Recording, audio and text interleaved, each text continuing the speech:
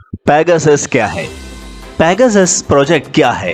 किन लोगों के फोन हैक हुए हैं? जानते हैं हर सवाल का जवाब।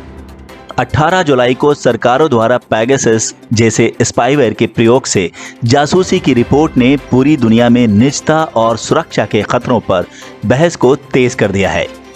एक भारतीय ऑनलाइन न्यूज पोर्टल ने अपनी रिपोर्ट में दावा किया है कि कम से कम 40 भारतीय पत्रकारों की जासूसी के लिए इजराइल स्पाईवेयर पैगासस का प्रयोग किया गया है।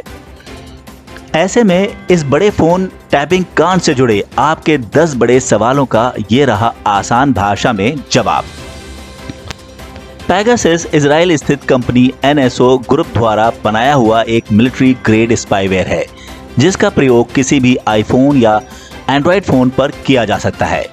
इसकी सहायता से हजारों मील दूर बैठकर किसी सर्वेलेंस डिवाइस की मदद से किसी भी फोन के मैसेज, फोटो, कैमरा, लोकेशन को देखा या फोन कॉल को रियल टाइम में सुना तथा रिकॉर्ड किया जा सकता है। सबसे पहले फॉरबिडन स्टोरीज और एमनेस्टी इंटरनेशनल के हाथ पैगासस स्पाईवेयर से जुड़ी कुछ ऐसी संवेदनशील जानकारी लगी, जिससे ये साबित होता था कि 2016 से लगभग 50,000 फोनों पर 10 देशों में सरकारों ने जासूसी की है। बाद में उन्होंने 17 अन्य मीडिया संस्थानों से ये जानकारी शेयर की और इसको पैगासस प्रोजेक्ट का नाम दिया।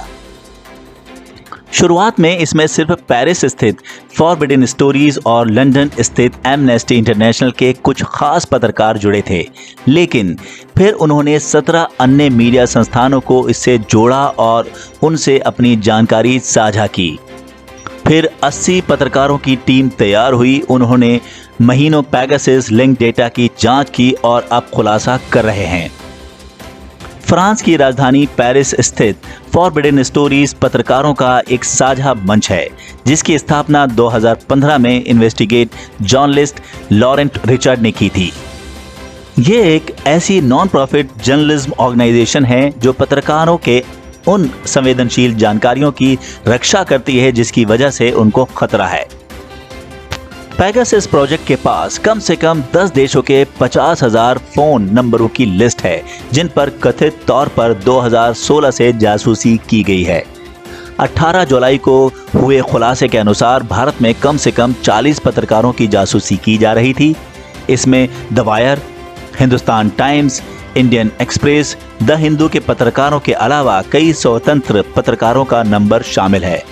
द वायर के मुताबिक भारत में 300 वेरीफाइड फोन नंबरों की जासूसी हुई है, जिसमें मंत्रियों, विपक्षी नेताओं, पत्रकारों, बिजनेसमैन, सरकारी अधिकारियों, वैज्ञानिकों, मानवाधिकारियों और एक जज का नंबर भी शामिल है। 18 जुलाई को सिर्फ पत्रकारों की जासूसी का खुलासा हुआ है। आगे एक एक करके और भी खुलासे की उम्मीद है। कुल 50,000 नंबर रडार पर थे। चूंकि पैगासस स्पाईवेयर बनाने वाली इजराइल स्थित कंपनी NSO ग्रुप सिर्फ सरकारों को ही अपना मिलिट्री ग्रेड स्पाईवेयर टेक्नोलॉजी बेचती है, इसलिए जासूसी का सीधा आरोप सरकारों पर ही लग रहा है। 2018 में एमनेस्टी इंटरनेशनल के कर्मचारी और सऊदी कार्यकर्ता याहिया असीरी को पैगासस स्पाईवेयर का निशाना बनाए जाने के बाद एमनेस्टी इंटरनेशनल ने NSO ग्रुप के पैगासस पर अपनी तकनीकी जांच तेज कर दी। साथ में फॉरबिडन स्टोरीज के तकनीकी टीम ने क्रॉस चेक करके 2016 से हुए 50,000 से अधिक फोनों की जासूसी का डेटा इकट्ठा किया। सरकार ने जासूसी की खबर को सिरे से खारिज करते हुए कहा है कि मौलिक अधिकार के रूप में अभिव्यक्ति की स्वतंत्रता की प्रतिबद्धता भारत के लोकतांत्रिक व्यवस्था की आधारशिला है। खास लोगों पर सरकारी सर्वेलेंस के आरोपों का कोई ठोस आधार या इससे जुड़ी सच्चाई नहीं है। अतीत में भी भारत सरकार द्वारा व्हाट्सएप पर पैगासस के उपयोग के संबंध में इसी तरह के दावे किए गए थे। ये समाचार रिपोर्ट भी भारतीय लोकतंत्र और उसकी संस्थाओं को बदनाम करने का अभियान प्रतीत होता है। पैगासस कांड के बाद क्या बड़े सवाल उठते हैं। एक तरफ NSO ग्रुप का दावा है कि वो सिर्फ सरकारों से डीलिंग करती है, तो दूसरी तरफ भारत सरकार का दावा है कि उसने जासूसी नहीं कराई। तो फिर सबसे बड़ा सवाल ये है कि अगर किसी और देश ने महत्वपूर्ण भारतीयों की जासूसी कराई है, ये हमारे संप्रभुता पर हमला है। सरकार क्या कदम उठा रही है? यह प्रकरण राष्ट्रीय सुरक्षा पर भी बड़ा सवाल उठाता है।